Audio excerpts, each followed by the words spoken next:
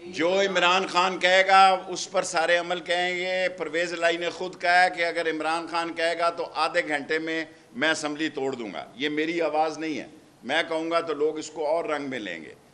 پرویز الہی کا بیان میں نے خود پڑھا ہے کہ اس نے کہا کہ اگر عمران خان مجھے کہے گا تو وزیر اعلیٰ بننے کے میرا خیال ہے عمران خان جو ڈیسیژن کرے گا اس پہ عمل ہوگا، ابھی نہیں مجھے پتا کیا۔ اور اس کے بعد آپ ملک کو اس جگہ لے جائیں گے کہ یہ سیاسی لوگ ملک ہی نہ چلا سکیں۔ دیکھیں نا، جس وقت آپ بریکنگ نیوز دیتے ہیں کہ فلانا بندہ 40 کروڑ میں چلا گیا، فلانا 20 میں چلا گیا، فلانا 30 میں چلا گیا، تو یہ قوم پاگل ہے کہ ان سیاستدانوں کے پیچھے چلے گی۔ انہوں نے کہیں گے یہ تو کاروبار کی آڑتی ہٹیاں ہیں، یہ دکانیں لگی ہیں ووٹ فروخت کرنے کی، ہم ان کے پیچھے قربانی کیوں دیں؟ مولانا فضل الرحمان صاحب جو ہیں وہ اپنی جیب سے مال نہیں لگاتے، اور آصف زرداری نے ساری حرام کی کمائی پہلے اس لیے اکٹھی کی تھی کہ وہ نواز شریف کا مقابلہ کرنا چاہتا تھا پیسوں کے زور پہ۔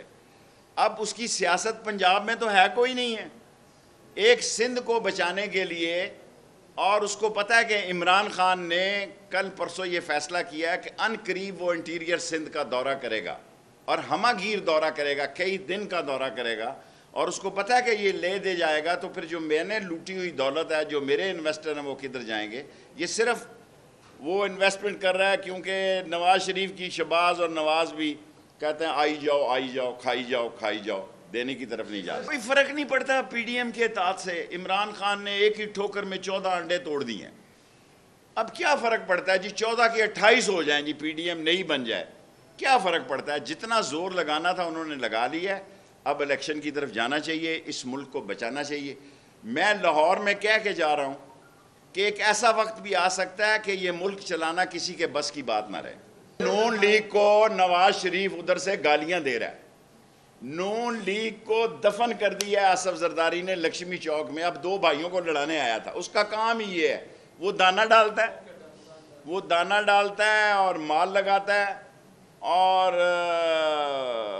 اگلی بات نہیں کہنا چاہتا۔ عمران خان الیکشن کرانے کے لیے ہر وہ کام کرے گا ارلی الیکشن کے لیے، وہ کسی کی نہ دباؤ میں ہے نہ کسی کے کہے میں ہے، وہ عمران خان ہے، اور اس نے 14 پارٹیوں کو شکست دی ہے، ایک دن میں 4 جلسے کیے ہیں، وہ ارلی الیکشن کرانے میں اکتوبر نومبر میں انشاءاللہ کامیاب ہے۔ عمران خان عسکری قیادت کی تبدیلی یا اس کی اپائنٹمنٹ یا ایکسٹینشن یا نا ایکسٹینشن اس میں انوالو نہیں ہے۔ اسٹیبلشمنٹ ہماری ہے، مجھے دیا ہے نا، کسی اور کو تو نہیں دیا نا۔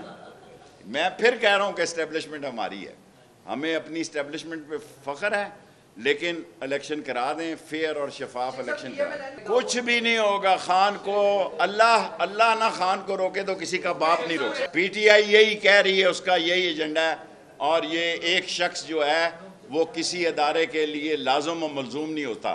کوئی نیا چیف الیکشن کمشنر آ سکتا ہے، اس کے بھی کئی طریقے ہیں۔ میں نے خان صاحب کو راجہ سلطان سکندر کا خط پبلک سروس کمیشن کے لیے لکھا تھا، میں اپنی بات پہ قائم ہوں، میرے ساتھ اس نے 3 سال کام کیا۔